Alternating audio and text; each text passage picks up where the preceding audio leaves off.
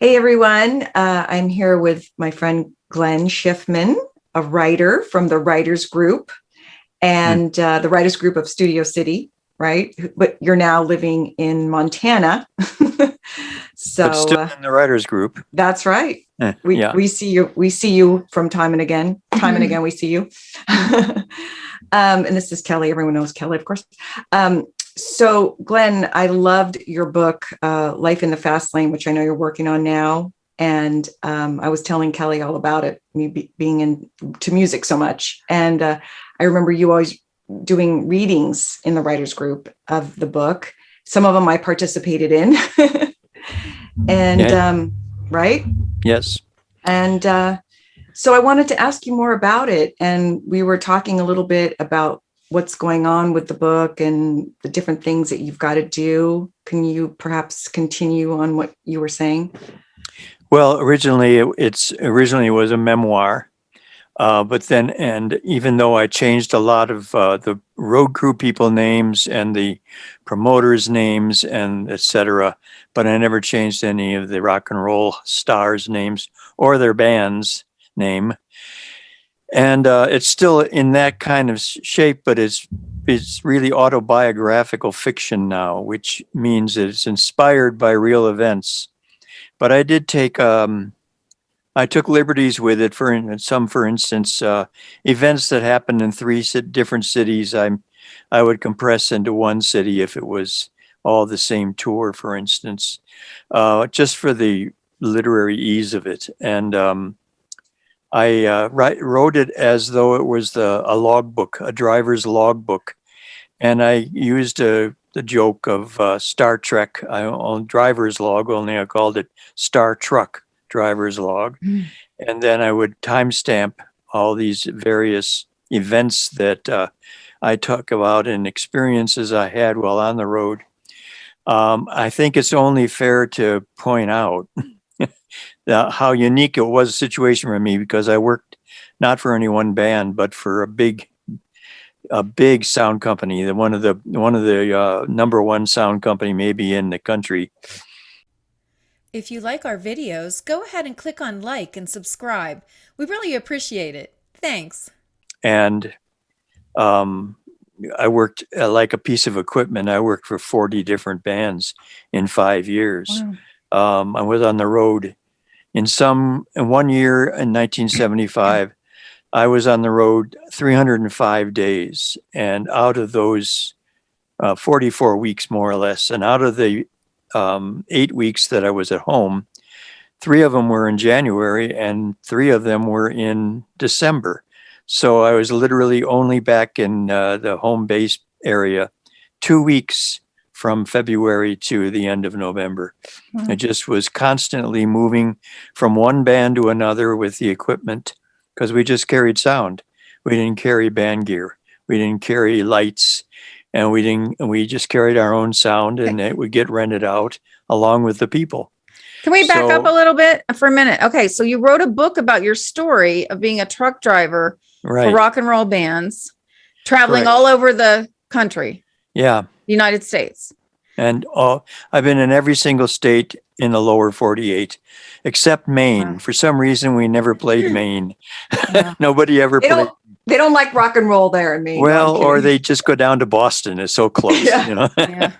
But so I wanted to ask, because we were talking before we started recording about the process of writing a book, and you've got your query letter and you've gotten some really good feedback, but then, or is it that you're afraid of getting sued why you had to change the names Oh of yeah. the stories? So how is it if it's your story and it's true? Can't you tell that story? Well, there's things no, yes, I can. But what I was talking about was there's two things you can't do. Um, so it's my story with the backdrop of rock and roll. If I was to say I was writing an autobiography of Mick Jagger on the road or Elton John or someone like that, then I would have to have their permission because then their name would sell the book. So But what about I all can't. those groupie books where they talk about all the men they slept with and everything? And so how Yeah, can they get away with that?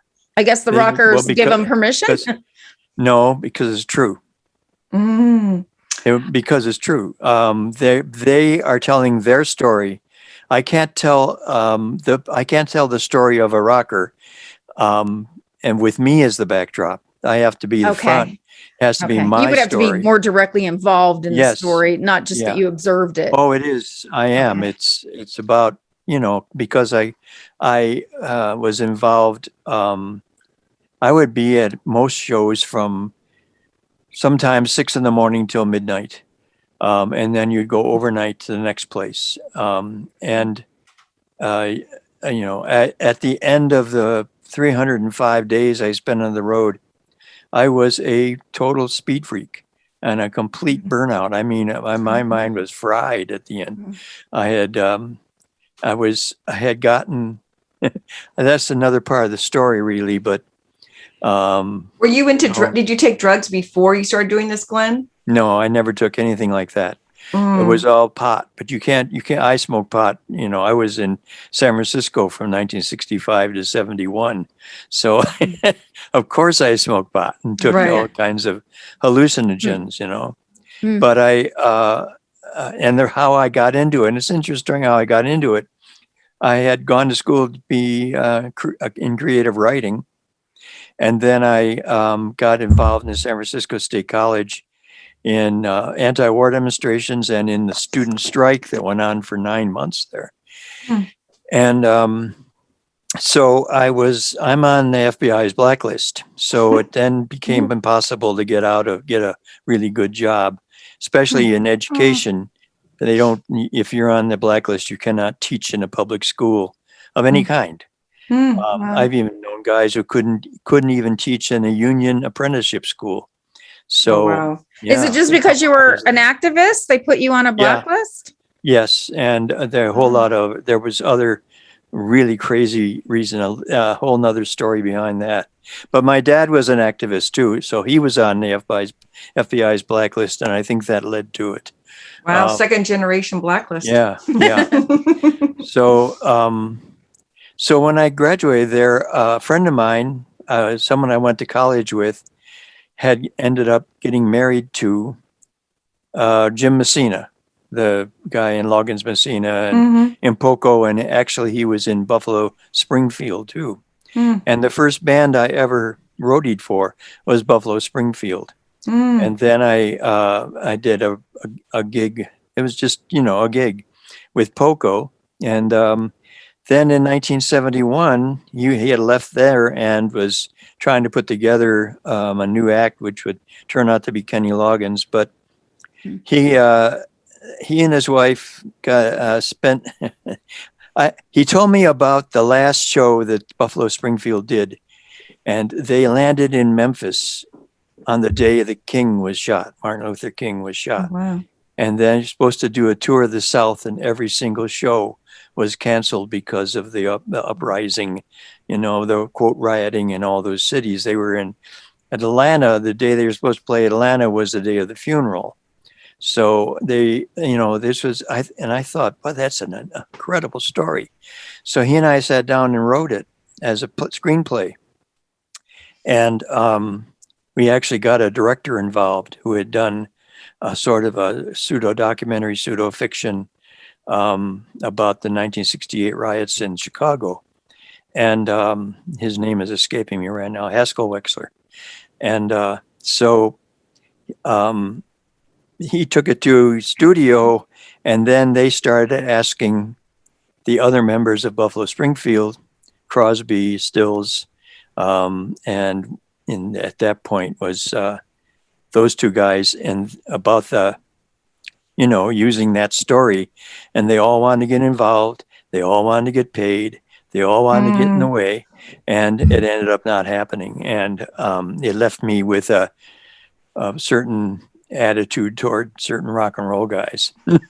So anyway, so then I needed a job, and it was time and I went on the road because Jimmy had put together a Loggins and Messina, and they had hired this sound company out of, I don't really name the state in the book, and I don't name the name of the sound company, but out of the East Coast, a very big outfit. And they needed, at that point, productions were getting so big that they needed someone who could drive a big rig.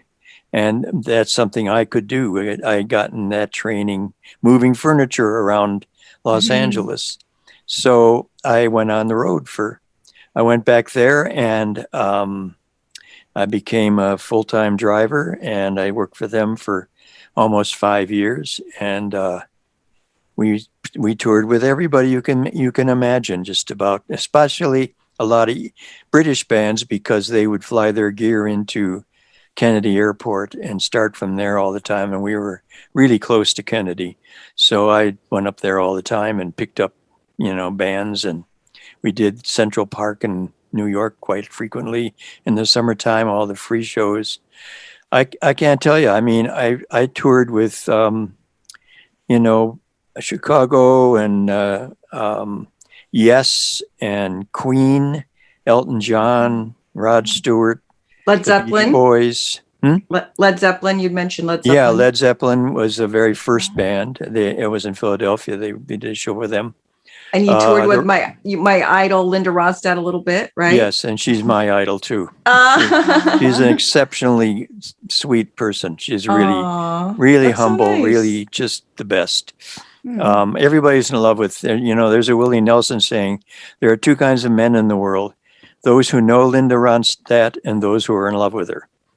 No, those who don't know her and those who are in love with her. So, that's so sweet. I know. I heard she seems like a genuine person. Yeah, and I'm very, very modest, humble, and self-effacing, you might say. And very well read. I know she's very well read.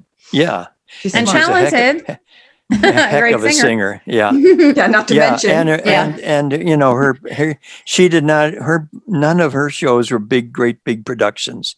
There were no huge bells and whistles. It was the band and her, they came on stage and they did their songs. And there was no, flying monkeys or anything like that. Right. So, yeah. I mean, and that we love that, because then we had shorter days when you didn't have these massive productions. Did you ever tour with Bette Midler?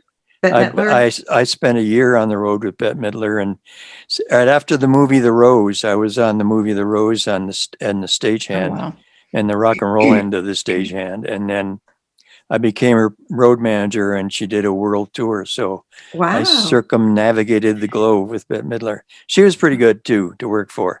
I remember you saying in our writers group. I remember you telling a story about that. That's why it stuck out in my mind. Yeah, she fired me any number of times because she was a perfectionist, and it was my job to put her on stage, and she was always late. And when in those days, I mean, she just wouldn't go on when she was supposed to, and so I would come knock on the door 4 times before we get her, and then the cues would start, and then we'd have to run. I mean, and she would get mad at me for that. So anyhow, but she never remained a stick, and I consider that we left as good friends. But we spent did the movie, and then we did a world tour. Wow. But that was in '78 after the movie The Rose came out. And then I was also a road manager for Cher. Oh, well, you got all the divas in there, huh? Yeah. Oh, yeah, and Shirley MacLaine. Really? Yeah. Wow. And I actually went on the road with Dolly Parton. She was also very easy to be around. I love Dolly. Yeah. Yeah, she was very easy to work for. No, it wasn't one-nighters, and it wasn't stressful, and they would, treat you well, give you your own room, and, it was really very pleasant. She seems like a hard worker, from the things I've seen. Yeah. Her. And she did more, well, she was kind of a Vegas act in a sense. So it was more like a review. And there was, it was a different kind of thing.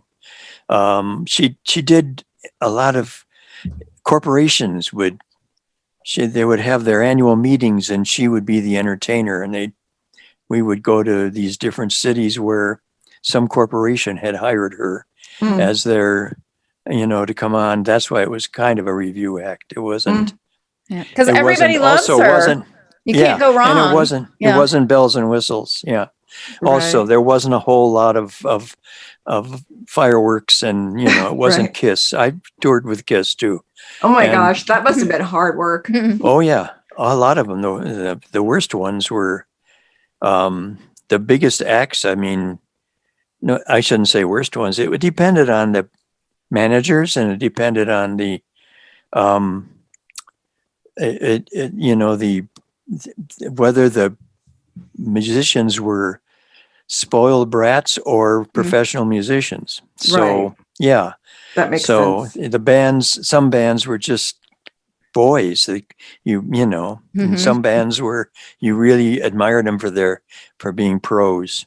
So anyhow, I toured with the Stones. I did one tour with Loggins and Messina. There was 66 shows in 80 days. Almost all one-nighters. I mean, it was a huge, was a huge effort to get through that, but they treated me very well. So, there were some bands that you did that kind of thing, maybe only for 2 weeks or 3 weeks. You did 14 shows in 14 days, and it was so you got no sleep whatsoever. And I remember from your readings in the writers group, you talked about Elton John a little bit, and you were saying that was a real, that was kind of hard. Yes, and there was a lot that was difficult about it because it was a lot of bells and whistles. But he was still very, very much in the closet then. And just about everybody around him was, and so there was this, and we didn't care, but they did, there was this real sense of neurosis. Just everybody, they didn't treat the crew very well at all. And I have to tell you, one of the things that is very true about the British bands were they ever had a real class consciousness that came from the structure of their society. And even the roadies, and I will make a differentiation between, I was a crew guy. I was on the crew. And then the roadies are guys who work for a band. Those are what we called roadies. So their roadies even had a hierarchy. The guy for the lead guitarist was above the drummer, was above the bass player, was above the percussion guy. They had and it came through. They just had this attitude. And well, it's ridiculous that they still have a monarchy. I mean, that's yes, perfect example of how ridiculous they are with that class system. Yeah. I remember one show we were in Montreal, and one of my favorite cities on the North American continent, by the way. And the American crew came down to breakfast. We were in the Hyatt House there, sat down all in one booth, 5 or 8 of us or whatever. And the roadies from Elton John came and sat in another booth. And the French Canadian waiters would not wait on them because they were Brits. Oh, wow. Literally ignored them. Wow. The guys, and we were sitting there laughing because we knew why, because, they didn't treat Americans like that at all. Wow. And, that gives you an idea of Mm-hmm. they were really disliked. And they had this class consciousness. That's funny. I had a friend who I won't say whose name is, but there was a housekeeper involved in the situation, and he said, "It's the help. You don't need to talk to them," And I was like, "But I'm a friendly person. I'm going to talk to everybody." So. Oh, I know. Well, we're not like that in America. Everybody's well, we equal. were the help. We were the help. Right. Yeah. Yeah. I mean, the worst of that was Rod Stewart. He was he didn't even allow, when he walked he didn't allow anybody in his dressing room outside of his very close, the band and the entourage. But even when he walked to the stage, everybody had to clear out so that he'd have 6 feet on either side of him that no one could, he was, Jeez. it was Wow. very strange. Yes. Very strange. So, we were Obnoxious, I would say. and then, Yeah. and I guess it goes deep, huh? right. It does. Well, and a lot of those guys came from true. the working class of British society, and Of so they course. were rolling in it. Then they were Yeah. all of a sudden they were really rich, and all the Moody Blues showed up in separate limousines. Just what a waste. I mean, Yeah. really, because then what happens to the food budget when there's 6 limousines? I Mhm. mean. Right. 2 That's managers true. and 4. Yeah. So just that kind of stuff. I have a problem with my cat wanting to go out the door. Oh, Here. Aw. you gonna let him out? Yeah, I'll be right Yeah, back. sure. Yeah. We're pet friendly. I'm here. wondering where my dog is right now. I'm like, it's too quiet. Oh, What here is she What is she up to? well, I wonder, but she just walked in the room. So I'm like, okay, what have you done? What'd you eat that you shouldn't have? Ugh, little pets. I knew that would happen. I should have thrown him out earlier. That's okay. She gets more and more obnoxious as the more I let her. We're pet friendly. She's a really good. She's 15 years old. She has the run of the place by now. And she can keep you warm on your lap. Yeah, Yeah. it's her house, and we live here as her staff. I wanted to ask you, Glenn, how did it end? I think you got out of it in 1978, was it? 76. Well, I got out of that job in 76. 76. I continued working in that business until 1990. Oh, wow. But, Really that long? Yeah. But I didn't work for that outfit. And after that, because I got into the union, for instance, by 85, I was in IA, and I worked on the 1984 Olympics. In 1984, I got in the IA. Now, come and think of it, in Los Angeles, because I knew rigging. So I learned rigging on the road, how to hang things from high places, right? Heavy things from high places. So then that got me into the union in LA. So then I went on the road as a rigger for a while, but then you get too old for that too. Yeah. But I left that job, and what happened was, and honestly, this is a true story.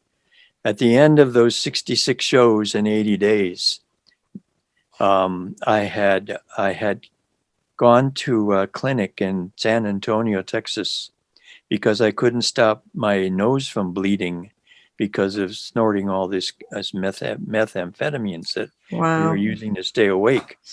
And they cauterized my nose. They just didn't bother to give me any of a painkiller for it. And they treated me with contempt, actually, this clinic.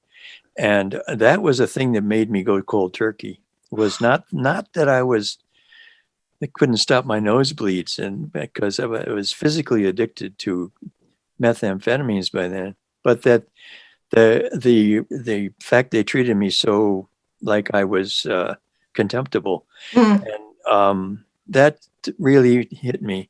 And then on my way home, and this is true, I ran over and I killed a dog in Oklahoma on the interstate.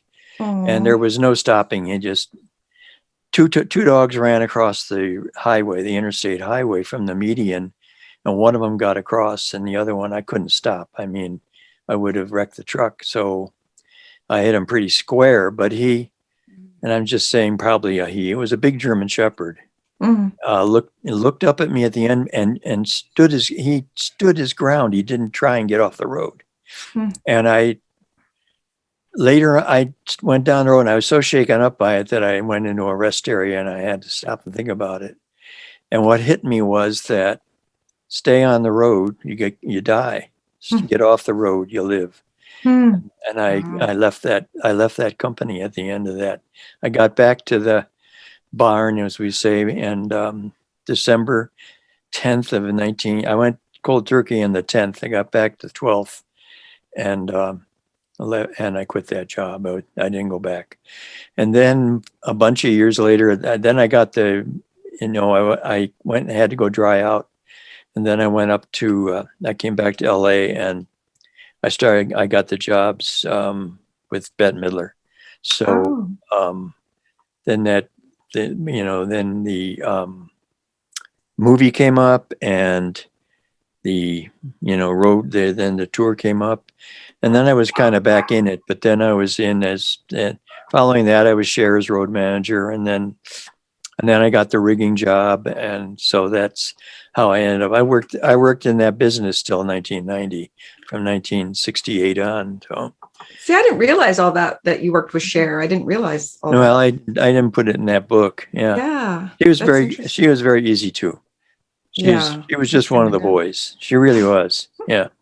She's very down to earth, it seems like. Yeah, she would, and she had her kids on the road with her, and that was a whole different scene. It was just a show like that is those musicians are professional. You don't have to babysit them. They're not little. Right. They're not boys that hit it rich and and then burned out. And they're pros. Yeah, they're real pros. Same with Bette and with Dolly Parton and with Shirley MacLaine. Total pros. All the professional women. musicians. Yeah. Yeah. Hey, I wanted to ask you about Chaka Khan because I know you're going to read a little excerpt. How did you come about working for her? Well, we did this stage show for her, and I'll read the one-page thing. But then what happened was, I'll tell you what. I'll read that first. Okay, it's very short. So, what is this? An excerpt from your book? This is a one-page excerpt, 225 words. Okay. Sample page. Great. And it starts Star Truck driver's log, 17 August 1974, Washington, D.C. How y'all doing out there in Chocolate Town? Chaka Khan's voice thundered out from the stage onto the crowd seated on the grass of the Washington Mall. A sea of black faces, 50,000 according to the Park Service, cheered her salute with a huge rumbling howl of grateful approval. So happy to be with y'all, brothers and sisters, Chaka boomed, and to be opening for the man, Mr. Wonderful himself, Stevie Wonder. Oh, yeah. Another roar from the crowd blended with wolf howl reverb as Harry Dendel, the engineer on the big board, slung Wonder, Wonder, Wonder at the White House Rose Garden 500 yards behind him. I chuckled. Gerald Ford had been president only 10 days. What could 38 be thinking? What the hell was that? Said the literary agent on the other end of my phone call. Chaka Khan, where the hell are you? Right now, I'm standing at a payphone at the foot of the Washington Monument. Chaka Khan is playing the Washington Monument? No, well, sort of. Every summer, the Park Service puts on a big freebie concert on the mall here called the Day of Human Kindness. Stevie Wonder is the headliner. Chaka is the opening act. Chaka? You're on a first-name basis? Well, yeah, I mean, she has seen me naked. So. Whoa, you're going to leave it there? I know, right? What a cliffhanger. So the reason that she was the opening act for some of I was on a Rolling Stones tour for 10 weeks, and he used a lot of black acts. When I say he, I mean Jagger, because he was the one who picked people. And he used Ike and Tina and the Meters and Weather Report and bands like that. And Chaka Khan was an opening act on maybe 10 of the shows, not necessarily 10 in a row, but and she was in. So I was taking a shower in the visiting bands in the visiting dressing room in the big ice arena there in Montreal. And she showed up a good 2 or 3 hours early for her sound check and walked in as I was taking a shower in her dressing room. So we had this exchange, and that's how she saw me naked. And I wrote that up as it's a really funny scene. But I mean, I think if you went, that was 1975. So I think if you asked her today, she might not remember that, but I do. Never know.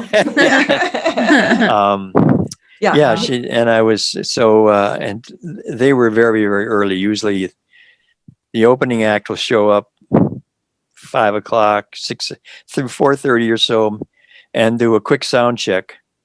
And then the main band comes on, and sometimes the main band will not even do a sound check because it's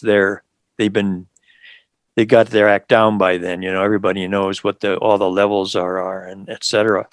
But yeah, she showed up. It was like 2 p.m. She came wandering in, so it was it was memorable. Yeah. It was it was memorable, and so that's how I was able to say, well, she has seen me naked. Yeah, I guess so. Yeah, Glenn had some amazing. This is one of my favorite books from the writers group, yours and John Zelazny, which maybe we'll invite him next time. He has a great book about the Who, right? Yeah. Oh, wow.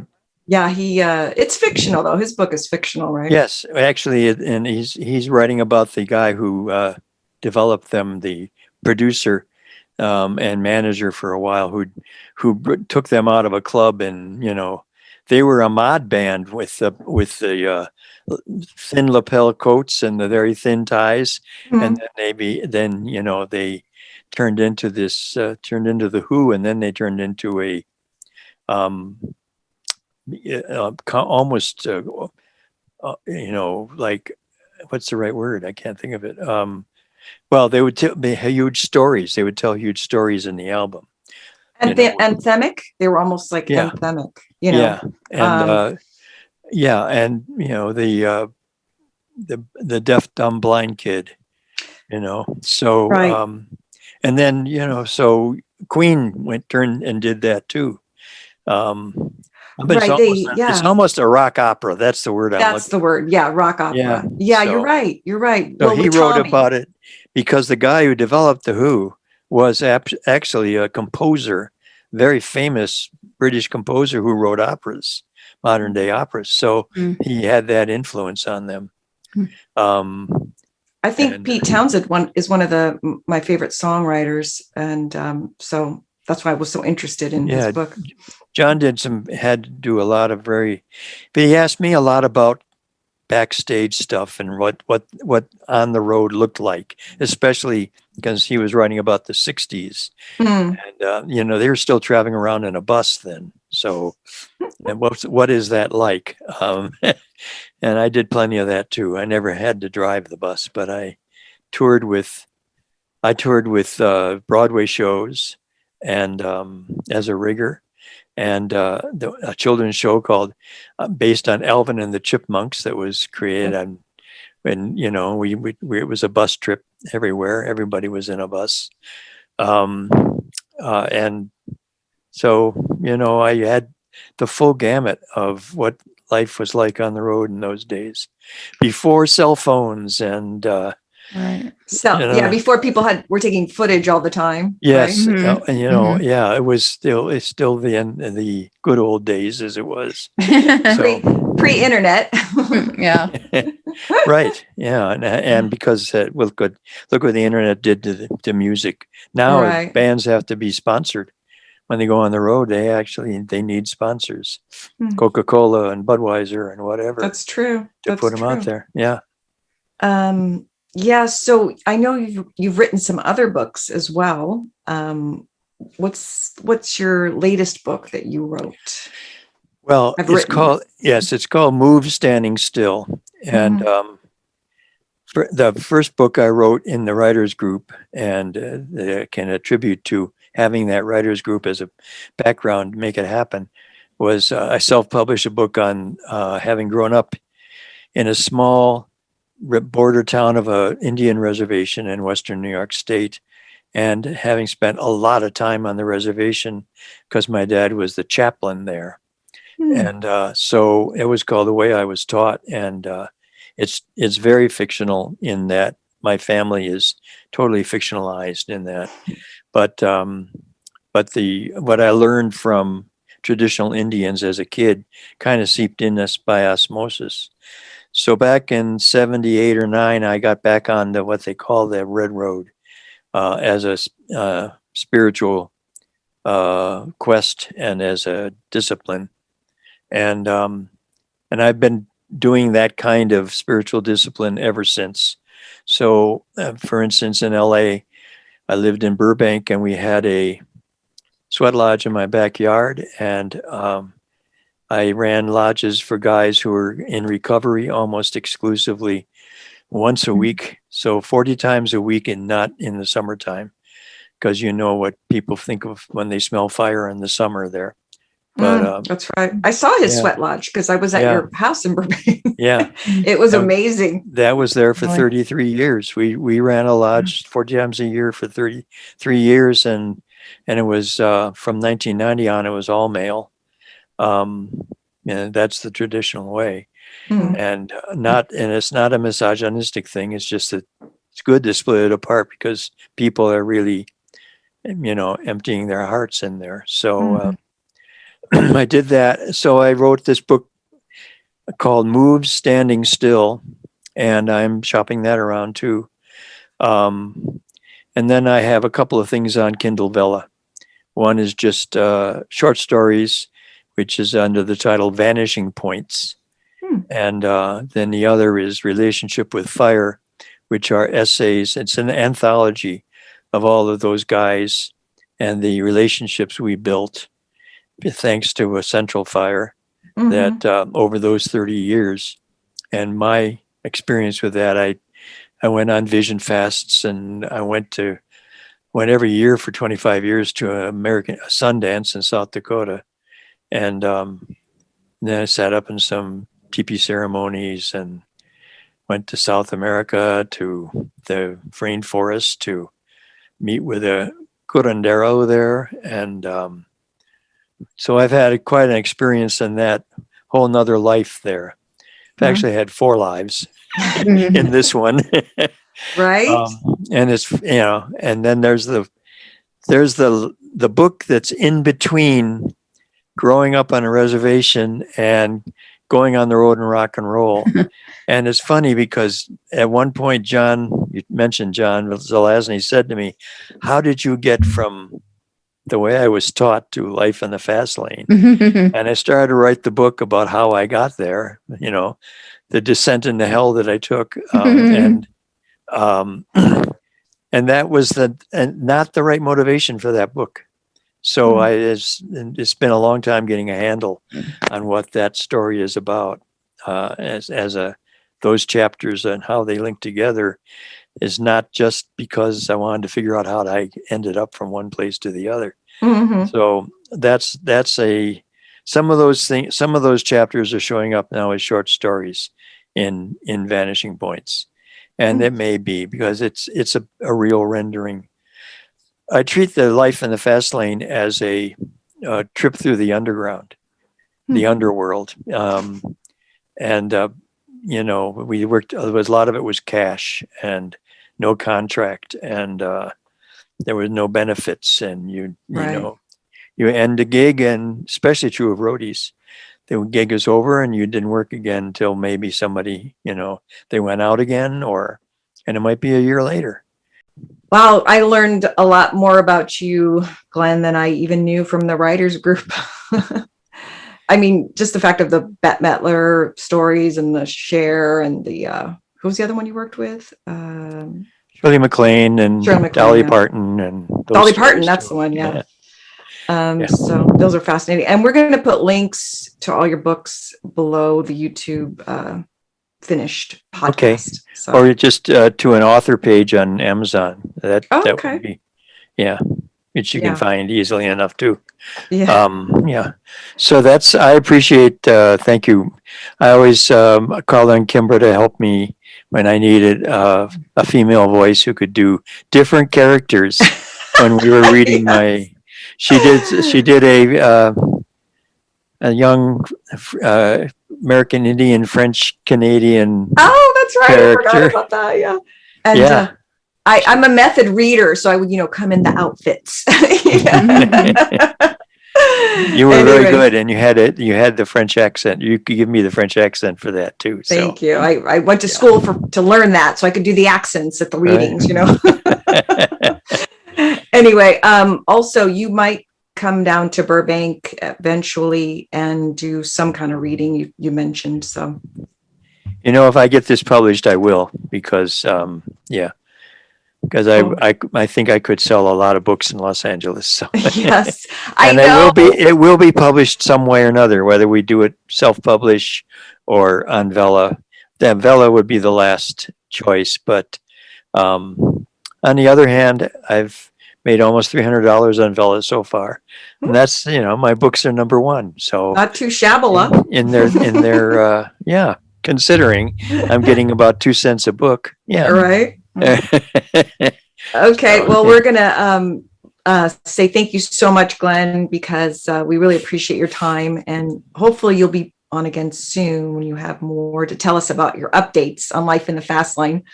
I'll appreciate that. Thank you. I would love to do it. I would. Okay. It's good to Thanks. meet you, Kelly. You too, Glenn.